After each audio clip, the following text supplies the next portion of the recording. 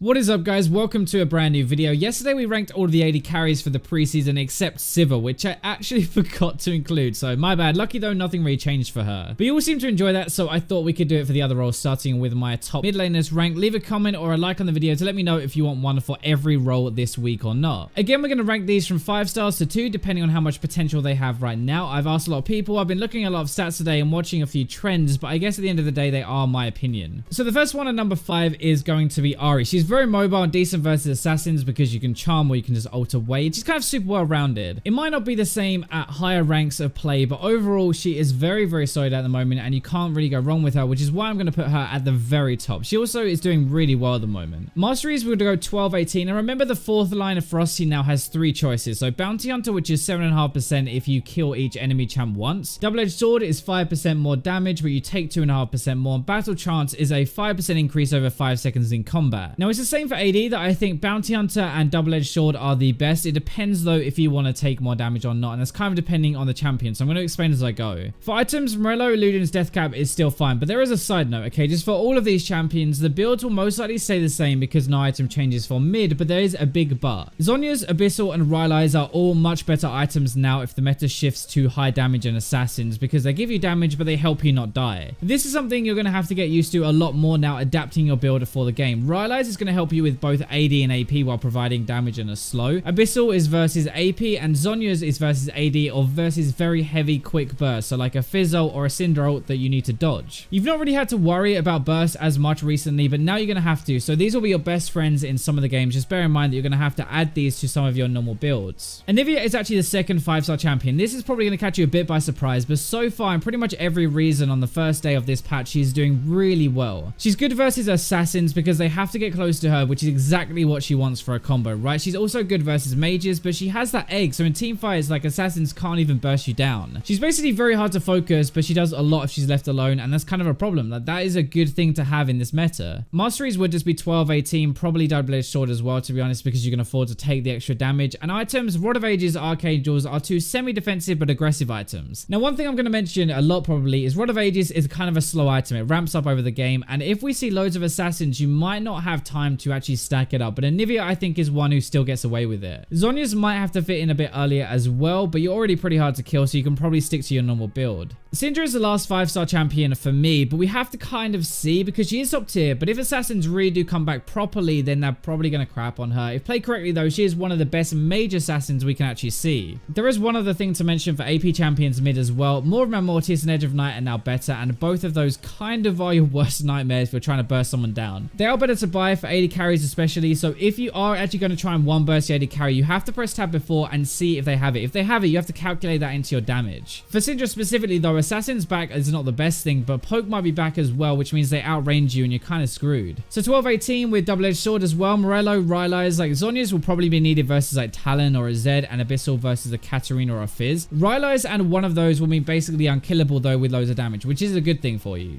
So moving on to 4 stars, these are still very good, but they lack at least one thing really. Annie is the first one, good crowd control and preys on shorter range champions at least. The problem is more if assassins go on her first, and she might have an issue. She's basically very strong, but assassins might push her out a bit. Personally, I would move to Abyssal as well in certain matchups instead of Rod of Ages, because Rod of Ages is kind of slow, but again at the same time, like, Rod is pretty decent in the lane phase. It gives you health back and it's decent laning. The rest of the build is basically going to stay the same. You build for burst, but just have to bear in mind if you're against like a Fizz or a Katarina, you might need an Abyssal. Now we're getting into the rework champions. So Talon is the first of the assassin reworks, and he is the ultimate roamer right now. He does well in the lane phase, he has good damage, but roams behind enemy lanes and dives are just like stupid on him, or invading the enemy jungler even. It's also actually his Q, his jump, it now crits if he's in melee range, so you just wait until Talons actually realize and they flash in, then they use their Q for the extra damage. It's actually insane. Right now they don't really do it, but when they figure that out, we're all going to be in a bit of trouble. Masteries 12-18, I would go Bounty Hunter actually, because you're roaming, so you're going to get the percentage stacks anyway. Items, Moby Boots most likely for the parkour super roams. Dustblade is overpowered. Ideally you auto attack for the true damage, you then ultimate, then auto again for about 400 true damage in a fight. That's kind of fun, right? It's ridiculous, but Ghostblade, Tiamat, Black Cleaver as well. Armor Pen is not as good early, so you roam to find low armor targets. Katarina is a second of the bigger reworks, I guess, and there is potential with Kat, like, to be off the charts right now. I'm gonna go ahead and say she probably sucks for the first week or two, but seriously, if you learn her and learn how to use her daggers, she does insane amount of damage, and she is so hard to lock down and control. I think she's like the ultimate skill champ at the moment in the game. Like, you've seen some on the PvE which suck ass and some that absolutely crush. 12-18 though, again bounty hunter because you should be roaming so you get the percentage sacks, and Abyssal is super good in this meta. Luden, Zhonya's death cap as well. If you play it right, actually, you're more slippery now than I think you were before, so you can get away with a more damage heavy build. Now Fizz, another one, not that much has changed, but he is really good at killing mages right now. If you're a mobile, you can land a longer range ultimate for more damage and then bash them super hard with that new W. The new W, by the way, if you've been attacking them for like 2 seconds and then you use the W, it will do 300% damage. It also resets your auto. It's pretty nuts, and I think you're kind of more well-rounded now. Mastery is 12-18 with assassin and double-edged sword, and items Abyssal Lichbane combo is pretty nuts. That is what most people are doing on the PvE. Zhonya's as well to wait for your cooldown so you can do it. Gunblade was actually one that people picked up because it's even more burst. There are a lot of different options right now, which is partly why I think he's 4 stars. You can adapt to the game very well. You can get crapped on, sure, but like if you play it right and you roam around a lot, I think you can always get fed. Try as well, by the way, starting Dark Seal and Refillable Potion in an easy matchup. It's actually really good. The last 4-star champion is Orianna though, so the ultimate mage counter. You outrange and you outtrade most mages, and you offer utility, poke, and a good team fight. She does struggle versus like high range poke or assassins though, so yes, like while she's super good, you have to be careful with certain matchups, I think. 12-18 and bounty hunter, in my opinion, you can take double-edged sword, but like I don't know if you really need to, and against mages maybe, but late game you're already quite fragile, so I don't want to take any more damage. Items, Rylai's is going to be overpowered this patch. Morello first normally though. Abyssal and Zhonya's will be your best friends, so adding one of those to Rylai's. Remember as well, on Orianna, don't build more than 2 kind of defensive items, so like Rylai's and Zhonya's, not like Rylai's, Zhonya's, and Abyssal, because you'll do no damage. Moving on to 3 stars, Zed is the first one. This is only for solo queue, right? And to be honest, I'm not even sure if this will be the same in a week or 2. Tanks are going to come back if Zed gets too popular, but Dustblade is so good on him. It adds so much damage now. You can roam well, you can punish mages, I think, harder now with the Dustblade rush. Like, sure, Armor Pen now scales into the game, but the true damage from the Dustblade kind of makes up for it. Your passive stealing 15% of the target's total AD when you kill someone is pretty nuts late game, actually. You can only do it from one person, but imagine killing the enemy AD. So 12-18 with double-edged sword, and just something to bear in mind as well, Edge of Night plus more Mount Mortius is so overpowered versus AP heavy teams. Edge of Night and more is actually the same for Talon, pretty much the same for any assassin. It's just really good. It shuts down any kind of AP assassin. Dustblade, Ghostblade, Black Cleaver, same style. You just do slightly different things than before, I guess. The thing is, like, your passive and the Dustblade true damage is a ton of damage with just one auto in a combo.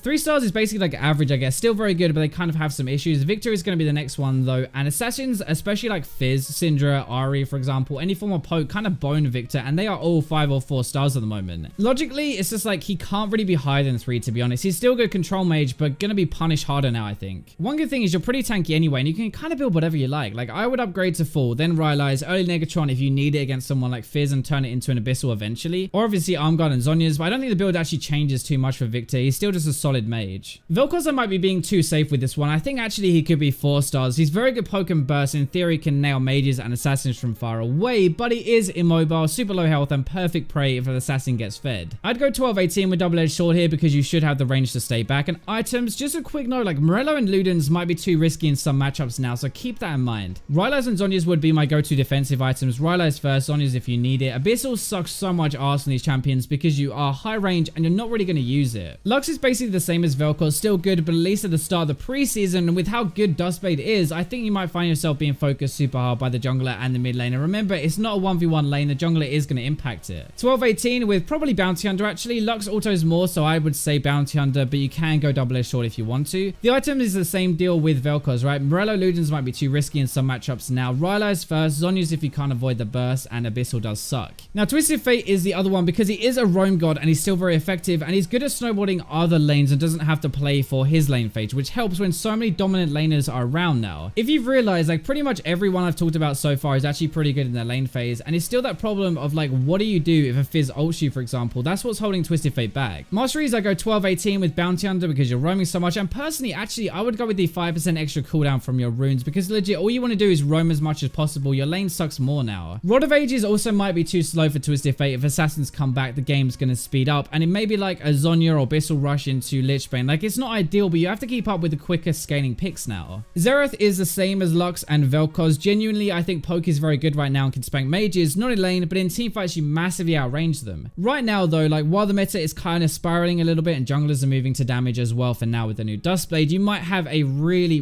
rough lane phase. Masteries will be 18-12 or actually 12-18 with double-edged sword because you are again high range. Deathfire Touch is definitely more of a late game choice. I think Thunderlords is more for the lane, and now that you have even less chance to do much early versus assassins, I think picking a scaling keystone is a good idea. Items same as Lux and Vel'Koz in easier matchups. Morello and Ludens is good. Normally I go Glass Cannon, but I actually think now at least Rylai's will be needed, maybe even Zhonya's. Finally, we're on to 2 stars, which is still good, but very obvious problems in my opinion. You wouldn't want to pick these every single game. Ryze is the first one. I think he's actually one of the best mid laners once he's mastered, but honestly, this meta just does not look that good for him right now. Burst assassins, like, they suck. High pressure mages like Ori, that sucks too. If he could survive the lane phase and like farm, he'd be super solid though. I would go Storm Raiders still, or with probably Bounty Hunter or Battle Trance. Actually, short range, so ideally you don't need the double-edged sword. I think Rod of Ages might be too slow actually, so one thing I'm going to try is tier Morello, Rylai's Archangels. It gets you into the game quicker. I know Rod of Ages is so good on Ryze, but like that's not going to help you if a talent is roaming the entire game and screwing you. Now Cassiopeia, again, meta is not that good for her at the moment, and she is a good laner, I guess. That kind of keeps her in the top 15. Poke honestly does suck for Cassiopeia though, and very mobile mages as well. Team fights are the bigger issue for me though, because it's not that easy to have an impact anymore. Masteries will be 18-12 Deathfire Touch with double-edged sword. Spellvamp, in my opinion, you can get away with the extra damage from double-edged sword. Morello, Rylai's Archangels would be most games. Abyssal would be okay versus someone like Fizz, but maybe just a Zhonya would be better to dodge the damage in the first place. Rylai's makes you very tanky though, so you might not even need it to be honest. But just before we end this, I have one more. What about LeBlanc? I don't actually know where to put her, to be honest. Like, I think she does belong in the top 15, but I have not seen that much of her on the PB, and it was very hit and miss when I did see her. I think she should fit into tier 3 somewhere, at least in this general meta. She does kind of suit it, and unless she's a ton weaker, then that's where I place her for now, but we're gonna have to see before I do. Anyway, I hope you guys enjoyed the video. Thank you for watching if you're still here. If you want me to do these for other roles, let me know in the comments, and for now, let's go to the robots.